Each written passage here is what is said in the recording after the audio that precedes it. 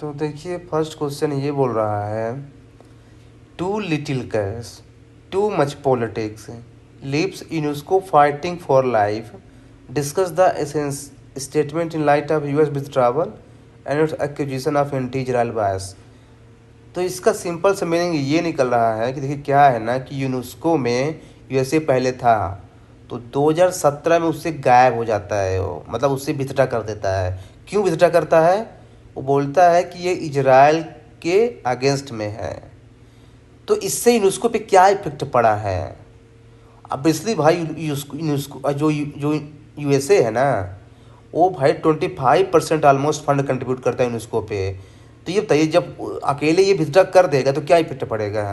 Fund गायब होगा। जब फंड गायब होगा तो भाई पूरा काम ही रुक जाएगा। तो ये है टू मच पॉलिटिक्स का मतलब जानते क्या है?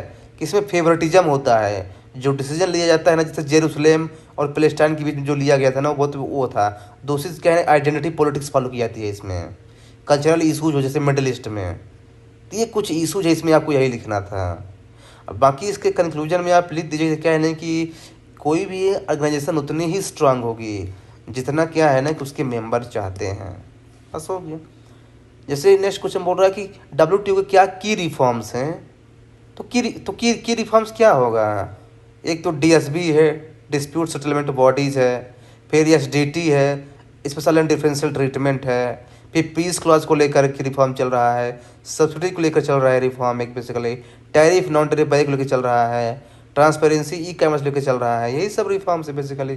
फिर इन सब का सजेशन दे दीजिए, और क्या।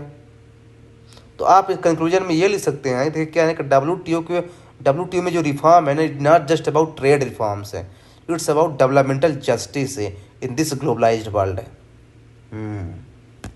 फिर लास्ट क्वेश्चन है कि एमएफ और वर्ल्ड में क्या डिफरेंस है, जो क्या सिमिलरिटीज है। तो सिमिलरिटीज क्या होंगी भाई? कि इनका वोटिंग पावर जो है ना, इनके फाइनेंशियल कंट्रीब्यूशन पे डिपेंड है दोनों का। लिबरल इकोनॉमिक ऑर्डर को सपोर्ट करते हैं दोनों। One size fits for all approach को दोनों सपोर्ट करते हैं। इनके डिफरेंसेस क्या है कि भाई एक लॉन्ग टर्म के लिए देता है, एक शॉर्ट टर्म के लिए देता है। एक डेवलपमेंट के लिए देता है, एक फाइनेंशियल क्राइसिस के लिए देता है।